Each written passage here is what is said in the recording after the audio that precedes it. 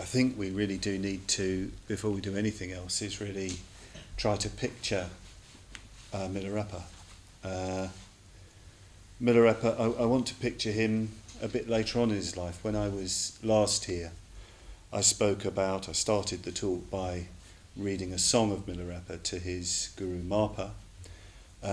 When Milarepa was first in solitary retreat, Lama Marpa had this extraordinarily tough, landowning, quite corpulent, difficult guru who Milarepa had absorbed the Dharma from, had said, I want you to spend your life meditating in the mountain fastnesses, in the caves, and just get on with that. In time the disciples will come.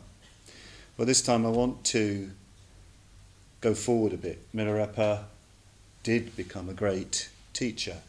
In time he gathered around him disciples, yogis like him, and also a lot of supporters, people who they weren't going to live the yogi life, but they regarded Milarepa as their teacher.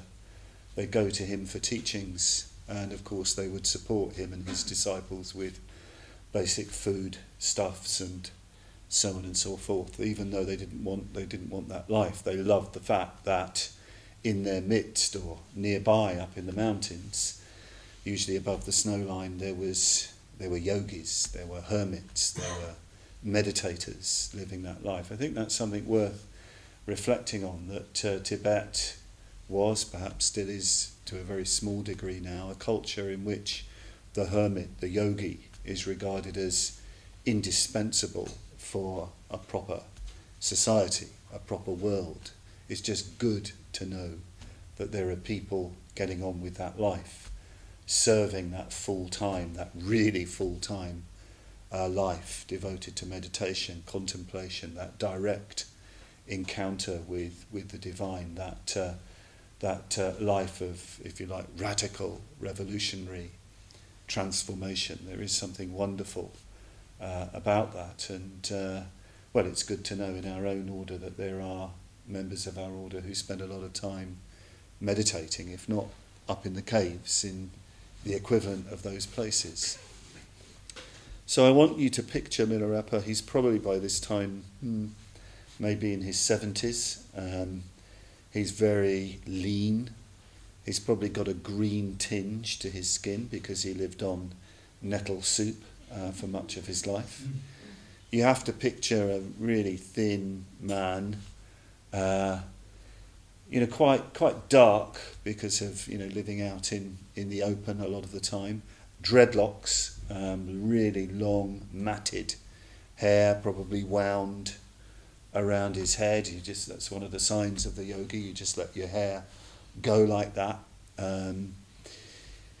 Maybe like a lot of Tibetans, probably a soft wispy moustache and beard. Very, though old, though lean, probably very, very handsome, very impressive, and just wearing a white cotton robe, a lower robe and an upper robe, just white cotton edged with red, the insignia of the yogi, the repa. Repa means the cotton clad.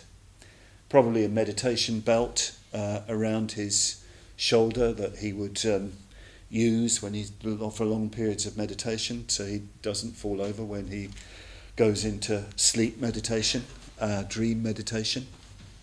Maybe a staff and bag just for a bowl and some possessions. And striding along, I want you to picture him on a plain, one of those wonderful Tibetan plains, a rocky plain, mountains in the distance, an absolutely piercing blue sky, sunny, cold, and he's just there in that plain. He's just standing there, very purposeful, and he's waiting. He's waiting to meet his disciple Rechungpa. Rechungpa, well, we'll hear a bit more about Rechungpa. Rechungpa met Milarepa when he was a very young man, Rechungpa. And he learnt the teachings very directly from Milarepa and made a lot of progress very, very quickly. He's one of the earliest of Milarepa's disciples. Milarepa refers to him frequently as his son. He's one of his heart sons. He's that close to Milarepa. But Rechungpa contracted leprosy quite early on in his discipleship of Milarepa, and the only cure for leprosy was in India. In those days, in India and Tibet, leprosy was regarded as a curse of a particular kind of demon. So Rechung had to go off and get cured of this in India. And that kind of started in Rechung a kind of feeling to go to India regularly. And he's coming back from nothing less than his third journey to India. He'd badgered Milarepa that he needed to go to India after one of his visits, perhaps his first visits, because he'd heard that in India there were all these special yogic teachings that were being given by a master named Dipupa, and he needed to go and get these teachings. And Milarepa said, you don't need to do that. You really don't need to do that. What you need to do is stay here and get on with the teaching, get on with the practices that I've given you. You know, it's one of those things that sort of happens, familiarity kind of breeds, well, if not contempt, familiarity breeds a kind of, not even indifference, it kind of, well, I know this bloke, I know this Milarepa guy, he's given me the teachings, but there's something else, exotic India, where the latest tantric stuff, is coming into vogue. I've got to go there. And Milarepa says, you really don't need to go. You really don't need to go. But Rechungpa was very willful, very determined. So on his third journey to India, he goes to India. And Milarepa says, all right, go. But if you go, I want you to find a teaching called the Formless Dakini Teachings. The Formless Dakini Teaching. Dakini is a kind of, how can you describe a Dakini? She's a female form, but a form kind of encapsulating, embodying the inspiration of Buddhahood, the surging, incredibly vital energy of enlightenment. But this, is the Formless Dakini Teachings. It's even more extraordinary because it doesn't even have a form. Wow. What's the Formless Dakini Teaching? So anyway, Rechungpa thinks, great, I'll go and get these teachings for my teacher. Of course, he's on his own trip as well. And he's coming back. Somehow Milarepa knows he's going to arrive at this particular spot on this particular plain, and Milarepa is going to be there to meet him. And Rechungpa is really full of himself. He's got all these different teachings of all these, the invocation to all these particular deities, really wacky, way out tantric figures. He's got the Formless Dakini Teachings, which he can give to his own teacher, thus becoming his teacher's teacher. He's also been given the staff of this special medicinal akara wood of Dipupa. He's been honoured with this staff, and he is thinking to himself, here I am, I'm coming back to show my teacher, what a guy I am. He's really got it. He's really swelling with pride, as we sometimes do, in one way or another. And Milarepa knows it. Milarepa often calls himself an old dog. Old dog Milarepa. Old dog Milarepa. And he knows that in a way Rechungpa kind of sees him as an old dog. He doesn't see this. We tend to think, well, if I was around somebody like Milarepa, I wouldn't do this. Oh yeah, well, I'm afraid it's not quite like that, actually. We tend to do that if we read stories about the Buddha and you see the sort of stupid disciple and we think, oh, a stupid disciple, I wouldn't do that, I'd know that they were enlightened. But, come on. It's much more important to identify with the stupid, recalcitrant disciple than with the enlightened one. Anyway, old dog Milarepa knows that Rechungpa is swollen with pride and conceit. And Rechungpa comes and he, wants to present this teaching. I've brought the teachings for you. And Milarepa, it's quite clear. that he really isn't interested. He just knows that he's just full of pride, and he's just not interested. He's not impressed. And Rechungpa is seriously irritated. He doesn't particularly want he said, I don't really want these things. I don't need them. I don't need these teachings. I don't need this stuff. I don't need what you've brought back from India. And Rechungpa said, look, I've brought all this stuff. I've got all these teachings. Why don't you accept them? And he said, I don't need them. Neither do you. They'll harm you. And Rechungpa's getting really reactive, really upset. So suddenly Milarepa just starts running. He just starts running, sprinting. He's in his 70s. Rechungpa's probably half his age. And Milarepa's just, he's off. And Rechungpa's, desperately trying to keep up. He said, look, I've got the teachings. I'll give them to you. I've got the teachings. And Milarepa's just running and running and running and running. And in the end, Rechungpa kind of breaks down and begs him to stop. And, and so Milarepa turns and he says, okay, look. And it's all done with songs, I should just say. It's all songs. It's almost like a musical or an opera or something. It's all songs that go on and on forever. Because one of the things you have to understand about the Milarepa tradition is a kind of bardic tradition. The people would memorise the songs and pass them on, and they'd kind of develop and get added to. So then Milarepa sings this song. And he sings this song about all the teachings that Rechungpa's got and so on and so forth. But he says, the most important thing is your relationship with me. All these other things are really wonderful, but the most important thing is your relationship with me. Now Milarepa's not being egotistical here. He's not, he's not on any kind of guru trip or something like that. It's more that he's saying your connection with me is your connection with the Dharma, is your connection with the path. All this other stuff is a massive distraction. It's a massive distraction. This is the way you're serving your pride. Another thing, Rechungpa was, quite a scholar.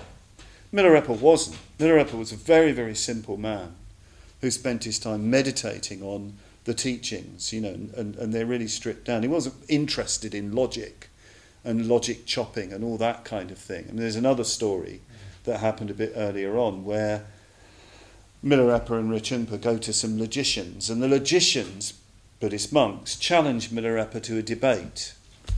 And Milarepa loses the debate. He doesn't know all the rules of Indo-Tibetan logic, so he kind of loses, and Rechungpa's really disappointed.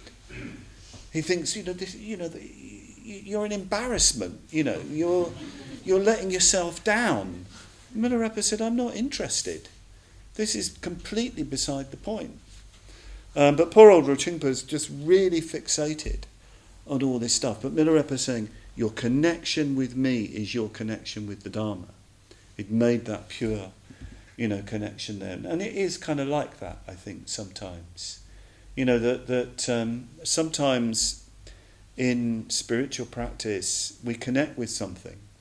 We connect with a path. We connect perhaps with a teacher or with a community or the disciples of a teacher. And we're going along with it quite well. And we're making kind of progress. We're unfolding. But then we kind of start feeling a little bit restless. Oh, well, maybe it's not working. Maybe I'm not enlightened yet. And, I should be, because I've really got something and all the rest of it. So we might start kind of shopping around, checking this out, checking that out.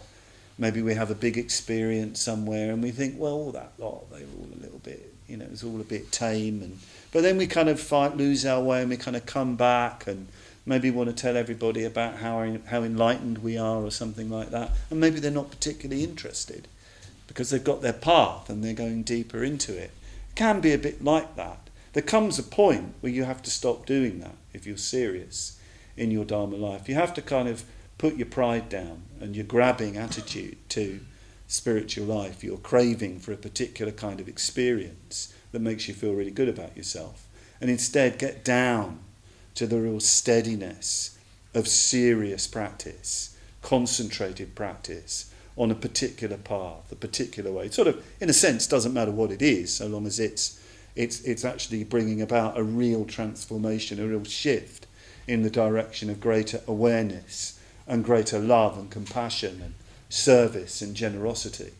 Doesn't matter what it is, so long as it's doing that, and as long as you're really giving yourself to that and a particular community where that's happening.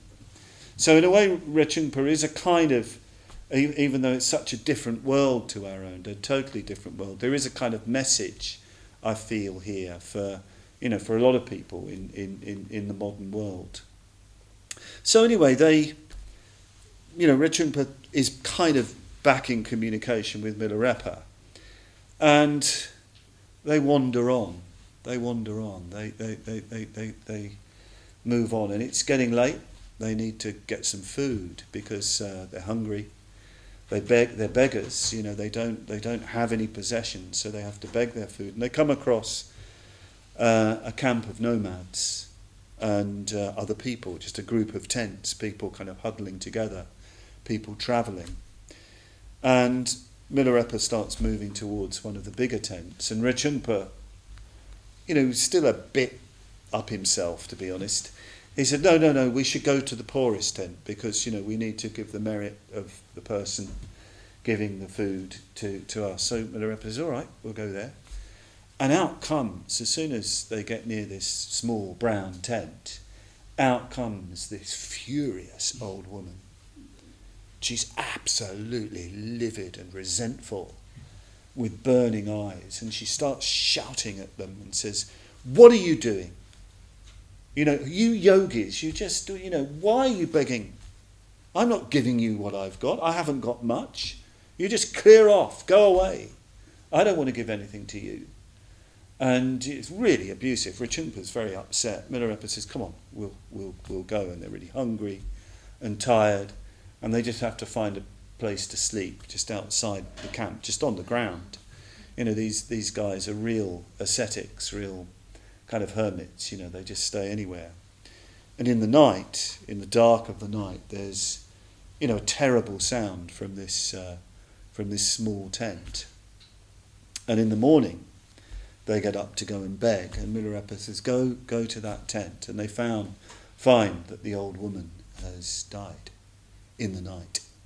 She's just died. There was a kind of epidemic in the area, and she's dead. And this is really stirring them all up, or stirring Rechungpa up. And Milarepa sings a song. Not only, by the way, had she died, all her jewellery had been stolen, all her food had been stolen by the nomads. There was nothing left. There was just this corpse. And Milarepa sings to Rechungpa, son, all things are like this. Last night, this old woman was full of stinginess and worry, but now she is dead.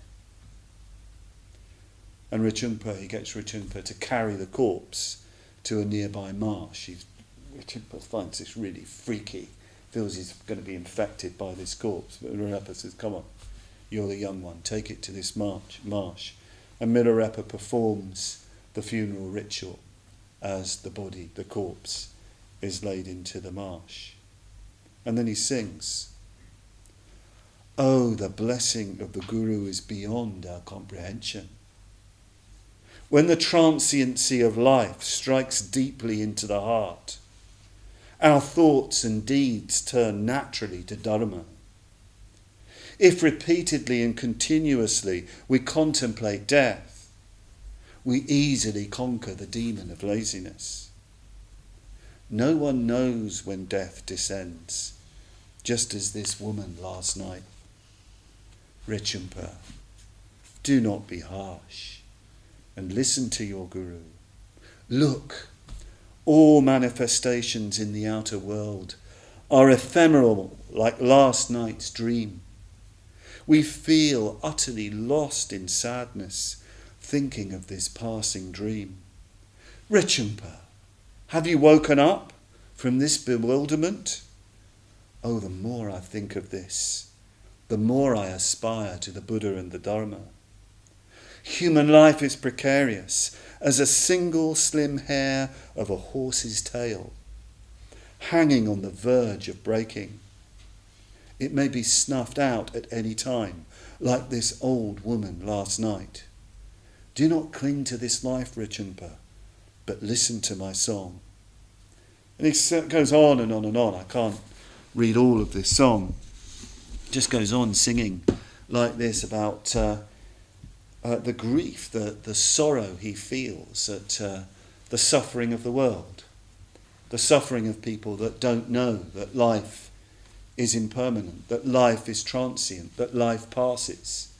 They get so caught up, whether they're rich, whether they're poor, whether they're successful, whether they're unsuccessful, high and low, whatever they are, whoever they are, they don't know that this life is transient. So they behave in a way full of pride, full of conceit, full of self-clinging, full of harshness, and then the life is gone, and that's it. That's the end of it. And he says this is kind of depressing, this thought, when you wake up to it. It's terribly, terribly sad. There's so many themes in this response to this incident of the old lady dying after abusing them. So many themes. But the first theme I want to take up is the theme of pride and conceit. He uses this as a kind of teaching to Rechung. Rechung is so full of pride. And it's said that, in the Indo-Tibetan tradition, the different realms of existence, the 6 realms of existence that are sort of seen, gods and anti-gods and animals and hungry ghosts and beings in states of a sort of purgatory, animals, and there's humans. And each of these different realms are kind of overwhelmed by a particular poison, a particular fault. And the poison, the fault of humans is pride, is conceit. That's our particular besetting sin, as it were. That's our particular problem. It's a very interesting reflection, I think, that's what we humans are kind of like. It's partly to do with this wonderful gift that we have in human consciousness, which is so precious. And it's this reflexive consciousness, this self-consciousness. We're not completely identified with our sense experience. It's wonderful to be identified with your sense experience, but the beautiful thing about human life is that we're not locked into that. We can put a gap between what happens when something affects our senses and behaviour. Thus, when somebody is abusive to us, we don't have to respond, because of the hurt that they've caused. We can put a gap in that. We can reflect and we can act ethically in relation to them. We can act kindly in relation to them. Or, if we're presented with, a particular temptation of one kind or another, but which is going to harm another person, we might be presented with something that, is that we'd really like to have, but it could actually cause a lot of harm to another party, perhaps not present, or to the other person. We don't do that. We reflect. We think, no, I don't have to immediately respond to this. I can behave in a different way than what is presented to us. And, we can even imagine, even beyond us, an ideal. We can imagine the Buddha. We can imagine enlightenment. We can imagine becoming a being of wisdom and compassion that's beyond us. That all comes with this wonderful gift of reflexive consciousness. It really is when in Buddhist tradition they talk about the precious human existence. That's what's really being talked about. It's not just the human body with all its faculties. It's this ability that we have to be, we can be ethical. We can follow a path. We don't just have to follow our senses. But it's a double-edged sword. There's another side to it. Because another thing that comes with self-consciousness is that we can start forming a fixed view about ourselves. That's really what pride and conceit is, mana, as it's called in Sanskrit and Pali. We have a very fixed view about who we are and what we are. It fixes us in a particular relationship to other people, a particular relationship to life. And we sort of doom ourselves while we have conceit and pride to a very fixed state. We can't really, change and develop while we're in that fixed state. And three kinds of conceit are recognised in Buddhist tradition. They're all, and the key word here is view, the view. So the three kinds of conceit are the view that you're superior to others. The second is the view that you're inferior to others. And the third is the view that you're equal to others. So let's just kind of unpack this a little bit. It's quite explosive and powerful in a way, and I think incredibly helpful. Well, let's deal with the view that we're equal to others. There's that thing sometimes, it comes up a little bit in discussion groups when you do Buddhism, because Buddhism does recognise a sort of Dharma hierarchy, an ascending states of consciousness, and some are higher than the other. And there might even be people who are in a higher state of consciousness than ourselves. There might well be people better than us. Wow.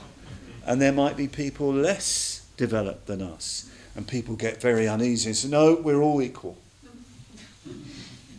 And I'm more equal than anybody. I'm the most equal person in existence. It's a view, it's an idea, it's an imposition. It's not willing to enter into, if you like, the real dance of communication, where you have to be open, to the changing states and the changing kind of movement of people. There might well be, in a particular kind of gathering, in a particular kind of meeting, somebody who really holds the truth more than you do. There might be times when you hold the truth more than another, and you have to kind of really take responsibility for that. So one needs to be open to that, but the view prevents you from really entering into experience. Then there's the view of being inferior. This view that you are the uniquely flawed individual. Sort of get this. I used to pull this stunt. I don't do it so much now because my friends won't let me, but it's like that thing that Dharma is great, Buddha's teaching, fantastic, but I can't really do it. I can't really. I'm not really very good. And all this sort of thing. My friends say, well, you don't really. Then you're saying that the Dharma doesn't work. You're saying it's no good because the Buddha actually teaches that every single human being has the capacity to follow this particular teaching. No. I'm the uniquely flawed, person. Of course, that's a massive assertion of ego, monstrous egotism. I'm that exception. To the rule of to the laws of existence. I'm the uniquely inferior, the really flawed one. I mean, that really won't do. That's lazy. It's terribly lazy. It's actually regarded as a laziness in the Buddhist tradition. That kind of faint-heartedness. It's there's no dignity to that position, and you just need to stop it if you go into that. It's an interesting. It's in the stuff on laziness. This particular kind of laziness. The teachers often quote, well, the Buddha has said that even worms and ants and flies and maggots and other such creatures can gain enlightenment. Well, if they can, well, you can. And people think, well, how can a worm gain enlightenment? I think what the Buddha is saying, well, sometimes we sort of feel that we're rather worm-like or maggot-like. Well, that's okay. You can have that feeling, but you can become enlightened. Do you know what I mean? You can make progress. You can become an enlightened maggot, if you see what I mean. So the view that you're inferior, that's got to go. But then, of course, there's the classic, the view that you're superior, that you really are better than others. And this is what Rechungpa is really stuck in. He's and with that, there's a kind of narcissism and yes, conceit, pride, vanity. He really fancies himself. As somebody once said of Glenn Hoddle, if he was an ice cream, he'd lick himself. I think it was Tony Cascarino who said that. I'm not sure if he was an ice cream, he could lick himself. So Rechungpa was like that. I'm sure that's not true of Glenn Hoddle. He's a fantastic player. But anyway, Rechungpa has got that. He's really swollen with that kind of pride. And the teaching that Milarepa gives, just in this situation, which has happened spontaneously. Suddenly an old woman who's abused Milarepa, has died suddenly. The teaching is on impermanence. This is the great cure for all kinds of pride. When the transiency of life strikes deeply into the heart, this is the cure. This is the way we wake up out of this dream, out of this view, out of this fixed view of our life. And you enter into this much more flexible, much more open way of entering into life. Not defining yourself, not limiting yourself to a particular kind of view or path or career or tram tracks, going down into the distance. You don't do any of that. You start opening up. You can see it immediately in Milarepa's response, to the poor old lady. You notice in Milarepa there's no sense of retaliation. There's no sense of, this stupid old woman. He calls her mean and stingy, but actually the response is utter compassion. He does her funeral rites for her. He doesn't have any doubt about doing that. There's no question of any kind of, retribution or anything like that. The text even says that Milarepa, through his meditative power, is able to release the consciousness of this woman into a higher state of consciousness. There's just nothing but compassion. When you really see impermanence, actually what you enter is into a state of forgiveness. Into a state of forgiveness. One of the things that we do, one of the ways in which conceit works, is holding on to our hurts. Holding on to our hurts, constellating around our hurts. Perhaps that old woman, she was bitter because of so many hurts in her life. And we do this, we constellate around our hurts, perhaps in childhood or in our life generally. And we have this view of what's been done to us and what's happened in our life. But actually when you wake up to the impermanence of all life, the impermanence that could happen to you, you forgive. You let go. Forgiveness, I've been thinking quite a lot about forgiveness recently, and I've been thinking that forgiveness it's not just a forgiveness of the individual person. To really forgive the individual person, you have to forgive life. You have to forgive life. Life is change. Life is impermanent. Life means that you actually don't get what you want. Life means that people leave you. Life means sometimes that people are mean to you. It doesn't mean that you don't put things right that can be put right.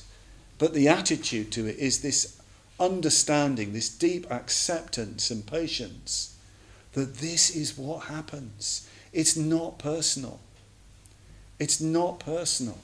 You might be on the end of this, but so is he, so is she, so are they.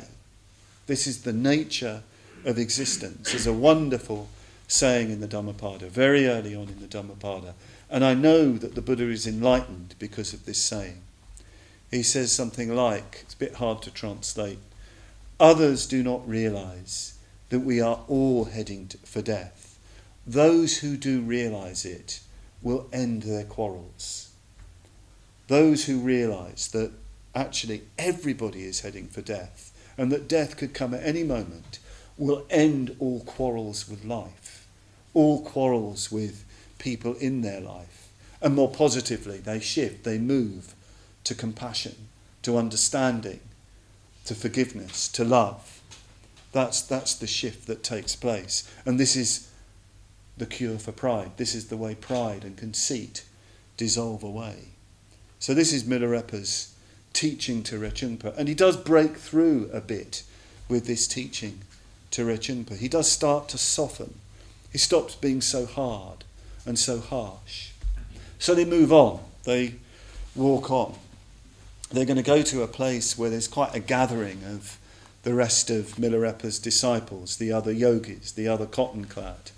But there are also lots of supporters where they're going nearby who they know will give them lots of food. And Rechungpa's really keen and really pleased to be coming back to the Sangha, to being with his brothers and sisters in the Dharma and to, all these old friends. And of course, at the back of his mind, I've got the formalist Darkani teachings. I've got the staff of Dipupa. That's still kind of there, lurking around. Milarepa's broken through a bit, but there's a way to go.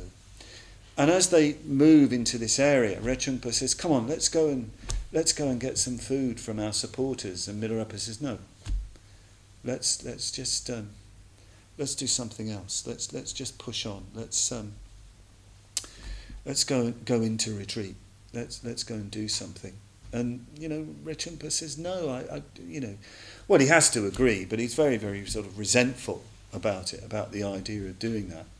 Along the way, they pass a yak horn, big, from a dead yak, sort of circular horn. And Milarepa says, "Can you just pick that up and carry that for me?" And he's getting really resentful. He's thinking he's just old. He's old. Not only is he old, he's led this life of hardship, and he wants me to pick up this filthy old yak horn. He said, "Well, what do you want it for?" He said, "Well, look, it's just been discarded. It won't harm. Just pick it up. Might come in handy." And Richard, God, he's so miserly. He's so full of hatred for the world. He wants this old yak's horn. And, in any case, I've got these wonderful teachings from India. And, of course, he'd seen some of these Indian teachers who lived like kind of royalty. And he thought, well, I want to live like that. What's all this hardship? I want to be one of these teachers. But anyway, they're wandering along, in the middle of nowhere, on the way to see the patrons. And this big cloud comes up, and it starts pouring with rain, starts this torrential rain, and there's nowhere to shelter. And Rechungpa drops the yak horn trying to find shelter, and suddenly realises Milarepa's nowhere to be seen. And he, where is he? And then he suddenly hears this voice, and he realises it's coming from the yak horn. Somehow or other, through his yogic power, Milarepa's sheltering in the yak horn. So Rechungpa's bending down with the rain pouring down, and Milarepa's saying, "Come in, it's really dry in here. It's really dry inside." He said, "I'm getting wet, let me in." He said, "Well, go on, do your yogic stuff and get in, And Rechungpa's, and he's looking, he said, "Well, there seems to be a lot of space in there. Milarepa's got plenty of room, It's like a little cave." And Milarepa's singing all these tantric songs, really joyful and ecstatic. This old man, all nice and dry. Rechungpa's getting completely soaked. He's still not really getting the point, poor Rechungpa. So Milarepa makes the rain go away, and the sun comes out. He comes out of the yak horn, and they carry on their journey. But Rechungpa's still pretty resentful, and he wants to see the Sangha. And Milarepa says, "No, we're going to do some more meditation." He says, "Look, I'll go up to the cave," Milarepa says. "I'll go up to the cave and get a fire going. You give me all the stuff you brought back from India, and I'll go up to the cave. You go and get some water, so we can have a brew, presumably, or the Tibetan equivalent." So Rechungpa goes off to get some water at the stream. And he starts looking at the goats on the mountainside. And he likes mountain goats. And he finds these mountain goats far more interesting than the goats from his own area. And he's watching the goats, and he notices that the goats start copulating. And then very quickly more goats are born, until eventually there's about 200 goats out of about 2. There's 200 goats, all sort of playing, and he's watching it, and he's, wow, these goats are really interesting. It's just more and more of them. God, look at that, all these goats going on. And suddenly, one of the goats turns into a wolf and gathers them all together. And at which point he kind of comes to, very interesting teaching here, which we might have time to go into. I hope so, if I can remember it. So he suddenly comes to, and then he notices that there's smoke coming from the cave. Not only is there smoke, there's the smell of burning paper. And he can't be. He's burning the formless darkening teachings. He's burning the precious tantric. He's evil. He's a bad person. Burning Dharma books. So he rushes up to the cave and he comes in, and there's Milarepa just putting onto the fire these books like this. And what are you doing? It's bad. It's evil. Burning Dharma books. It's an evil thing. You're wrong. And he's absolutely murderous. He really wants to. And Milarepa said, look, you really don't need this teaching. It's not helpful to you. So I'm much more useful as fuel to keep us warm. You're burning books. It's really wrong to burn books. You're a really bad teacher, and he's going on like this, really resentful. So Milarepa starts looking at him. And he says, look at me. Look at me, Rechungpa. I'm not looking at you. You're burning my book. Wrong to me. No, look at me. So eventually he starts looking at him. And something starts to happen to Milarepa. Suddenly there's a Buddha in his head chakra. There's a Buddha in his throat chakra. There's a Buddha in his heart chakra. There's a Buddha in his navel chakra. There's a Buddha in his secret place chakra. There are little birds flying around singing the Dharma. There are sort of skeins of silken rainbows going around. There are syllables going round and round, making the sound of the Dharma. And Milarepa just starts to say, look, the books are all very good, but what about this? What about this wonder, this miracle? Well, I don't think much of that, Rechungpa says. I want my books back. So, look, Rechung, look. Take a look at this. And it goes on. There's this fabulous vision taking place before him. And Rechungpa is just not impressed. He wants his book back. So Milarepa goes outside and Rechungpa follows him. I want my books. And Milarepa starts to kind of cut up the rocks outside with his hands. And they just start... Said, Rechungpa, look at this. Isn't that more interesting than your books? I want my books. The real miracle would be bringing my books back. I want my books. He's going on like this, really like a spoilt child, while this wondrous thing is going on. Milarepa diving into rocks, going through them, coming out the other side, going on and on like this. And eventually, Milarepa just flies up into the sky and disappears. Just vanishes. Singing songs. Now, at this point, Rechungpa is really upset. He says, he's gone. My teacher's gone. He's vanished. I haven't got him anymore. What have I done? I've paid a really high price through going to India and getting these formless darkening teachings. And he's gone. And he really does feel absolutely terrible. So I want to just kind of pause on this a little bit. I better bring this bit of the story to an end first, because so Rechungpa just decides, well, it's not worth living without my teacher.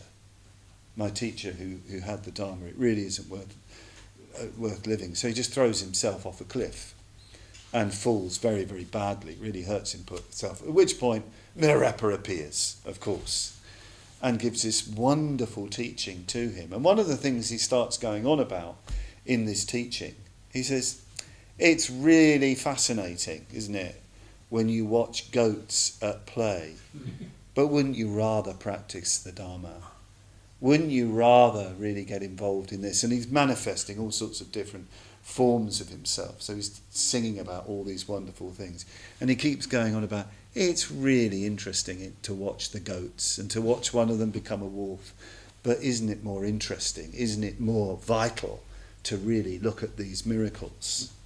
So I want to just try and dwell on this aspect of the story a little bit, see if it has any relevance to us.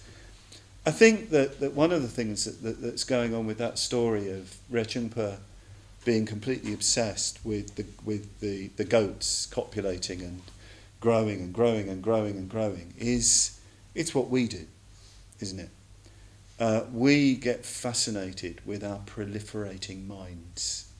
We get completely caught up in our dramas, in all the mental proliferations. You know, we have one particular drama going on in our mind, which may or may not be related to anything going on in the world around us, or it might be all to do with our hopes and fears and speculations and all the rest of it, or it might be to do with what's out there, but it's not really thought that's really tuned into that. It's much more sort of speculative or horrified or, you know, fantasizing about it. We get caught up in this proliferation of thought. We get obsessed with our own particular dramas, whether they're uplifting dramas or whether they're depressing dramas. And when we're in that kind of state, we ignore the divine appearance.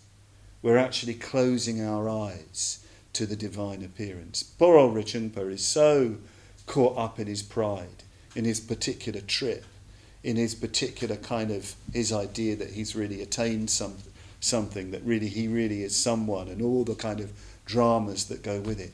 He can't see the wonder of this old man. He can't see the wonder, the Buddhahood, the Dharma, the truth of this old man. Milarepa is not just a man, he's a kind of cosmos.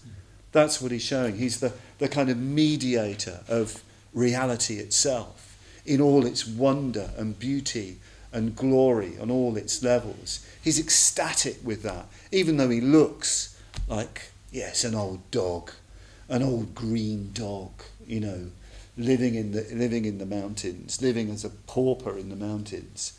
But he's divine, you know, through his attainment. And poor Rechungpa can't see it. He just can't get it. He's so caught up in himself. And I guess we're like that, aren't we?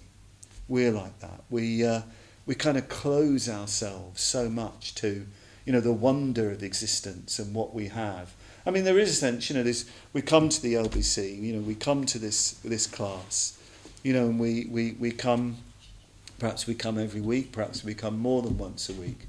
And, you know, we see this room with the Buddha in it and the order members and so on, and we ourselves, and there's a kind of sameness to it. But on another level, I don't know if you're aware of this, but this is a fantastic kind of palace, cosmic palace of the Buddhas and the Darkinis and, you know, all these wondrous creatures. And the order members here are actually, you know, great gurus and teachers.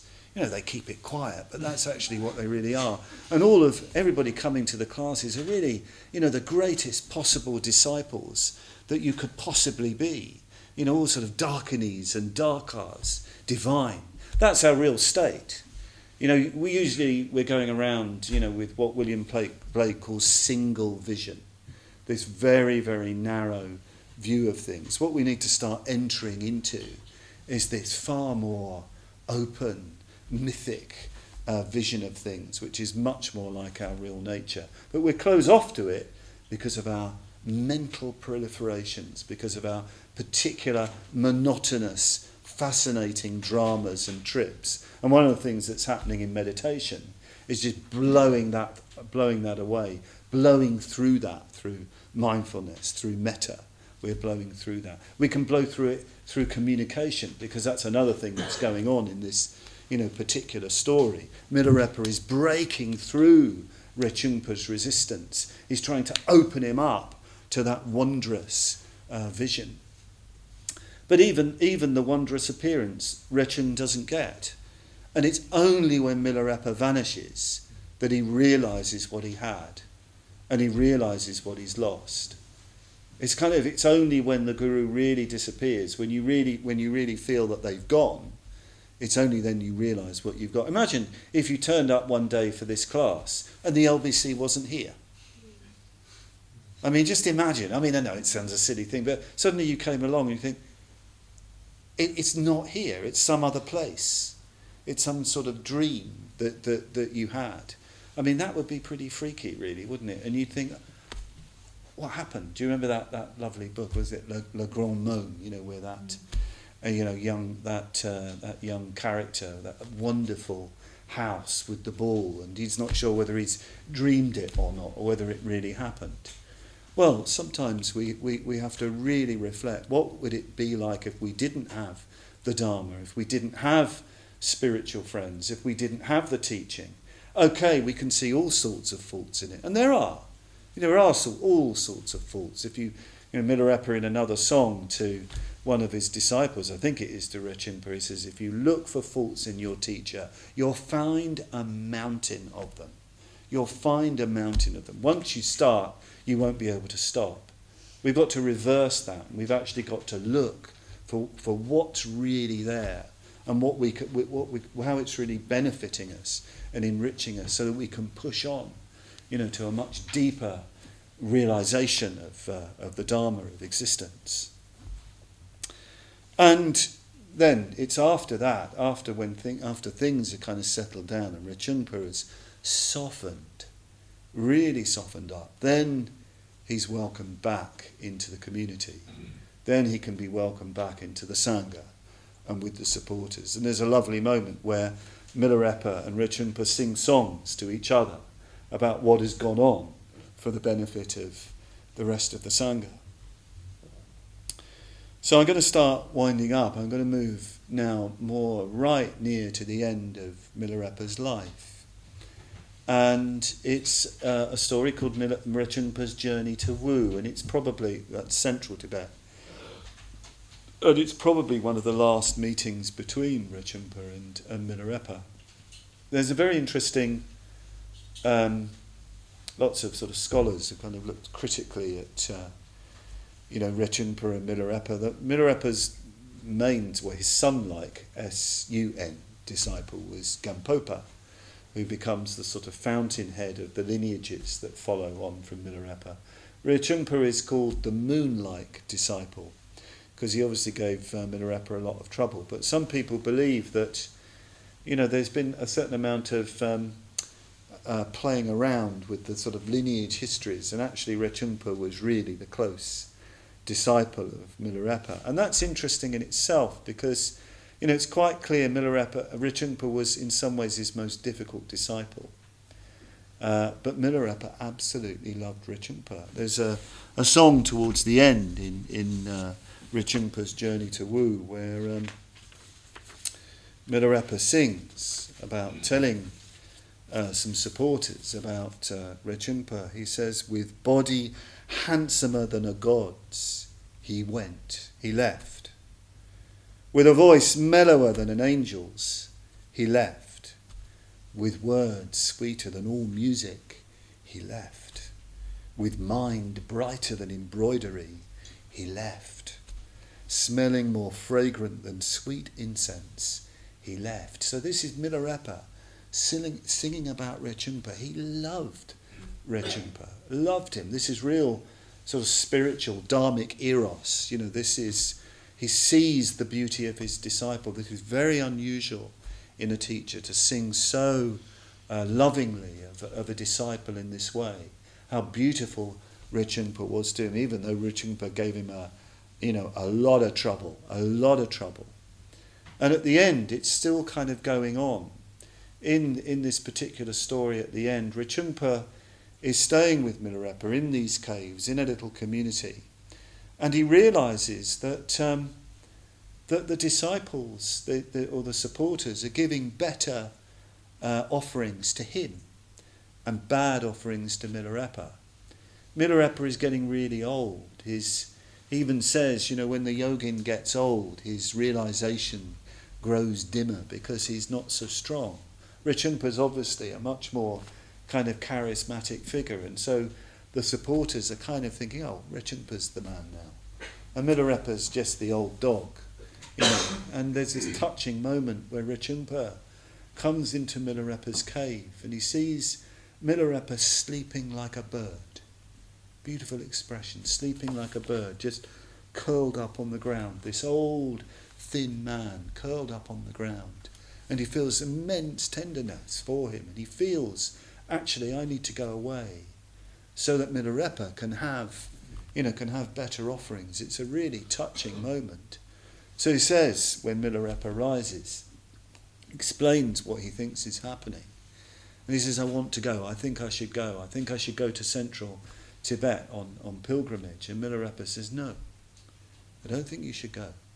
Stay here, deepen your meditation.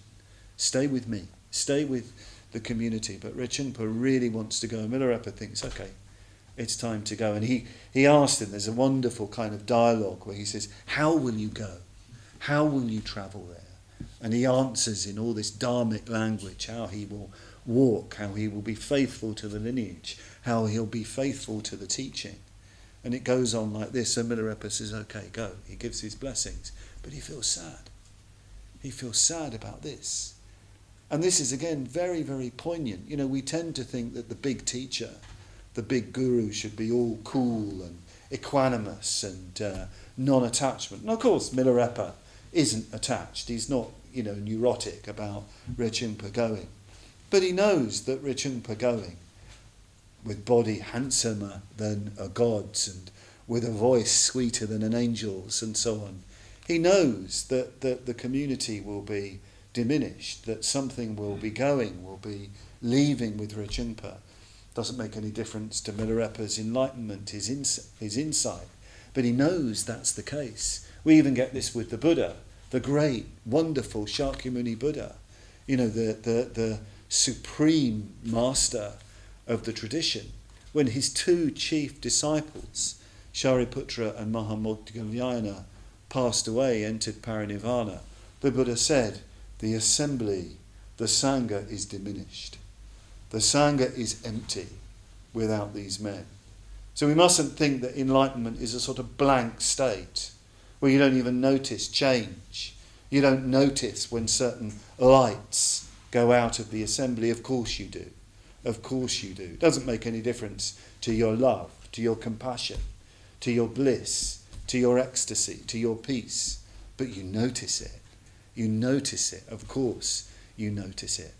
So this is really important. I kind of hate that kind of pseudo-Buddhism where people kind of pretend that they don't have any feelings, because they don't have a self. It's just so ridiculous, so stupid, such a lack of dharmic culture, real dharma culture, that kind of, vibration. It's really awful. And it's just the excuse for impoverishment, emotional impoverishment, when you hear about Milarepa feeling sad that his disciple is going. The great Milarepa, the great yogi, yes, this is what the Dharma is really about. When you hear that the Buddha notices that his great disciples are no longer there, yes, that's what it's like. So Rechungpa goes, Milarepa really watches him into the distance, gives him final teachings, and then, of course, the supporters come, as supporters do. And this time they say, Rechungpa wasn't a very good disciple, was he? And Milarepa said, no, he was a wonderful disciple. He is a wonderful disciple. And this is where he sings this song about how handsome Rechungpa is and how away he's going to practice. He rejoices joyfully. And then he gives a real teaching on, what they're like. The supporters. He sings this. When a rock grows old, grime encrusts its face. When streams grow old, wrinkles cover its bed. When a tree grows old, its leaves soon fall off. When a hermitage grows old, water and plantains disappear. When a yogi ages, his experience and his realization grow dimmer. When supporters grow old, their faith soon wears out. And he goes on in this way, and they all feel very, very remorseful at, what Milarepa has done. They realise that they're just trying to play him against Rechungpa, as they've been playing Rechungpa against him. But Milarepa, he's an old dog. He knows all their tricks. And he sings a final song. Milarepa isn't going to be pinned down by anyone. He's going to go off wandering again, even though he's an old man. He's going to carry on the journey. He really is a proper dharmachari. Us order members, our ordination is called dharmachari or dharmacharini ordination. Somebody who fares on in the dharma. Okay, we don't we don't wander like Milarepa, but really that's what we should be doing spiritually, that we're never staying in any particular place of consciousness. We don't define ourselves with that conceited, fixed self-view. That's what we should be like. That's what we're aspiring to do. We need to be faring on always in the Dharma life. Milarepa fares on, and he sings a song, a very famous song. So I'm going to just read it to you, and then that will be the end of the talk. In the immense blue sky above, roll on the sun and moon. Their courses mark the change of time.